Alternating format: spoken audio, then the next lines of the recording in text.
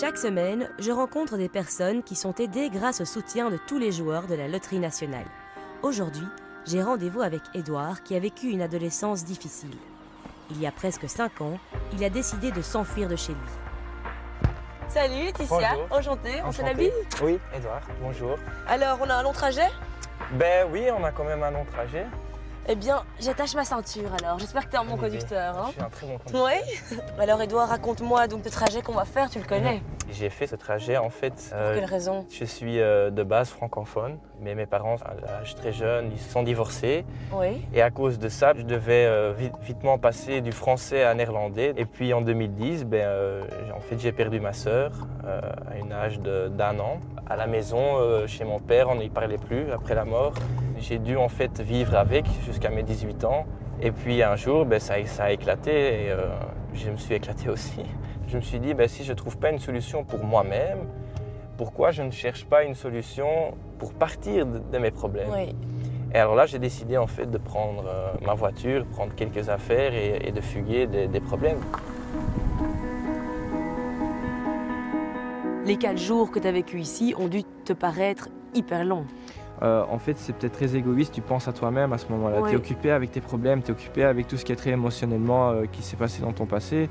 Et là, je me suis dit, ici, je vais me retrouver. Je me souviens que quelque part, à cet endroit ici, j'ai fait un petit trou et j'ai laissé des choses personnelles. Des bracelets, j'avais donc les lettres de mon ex qui étaient dedans. Et puis, j'ai décidé en fait de les enterrer. Pour moi, psychologiquement, c'était enterrer le vieux Édouard.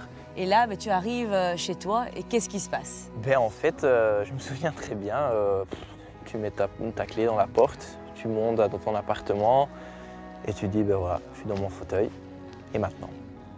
J'avais pas encore ouvert mon téléphone et à ce moment-là, il y avait, je pense, 2 patrouilles de police qui étaient devant ma porte en disant, on te cherche. Et en fait, Chat Focus et les instants juridiques, donc la police fédérale, avait fait un avis de recherche. Et en fait, c'est à ce moment-là que la main est venue envers moi en disant « on va t'aider ».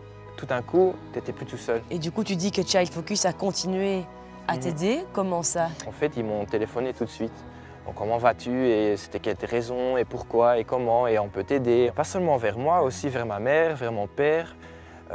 Donc ils étaient vraiment très à côté de moi. Ils ont vraiment fait quelque chose avec moi que personne d'autre sait faire. Si tu crois en toi-même et si tu crois aux choses que tu veux atteindre, tu vas savoir le faire.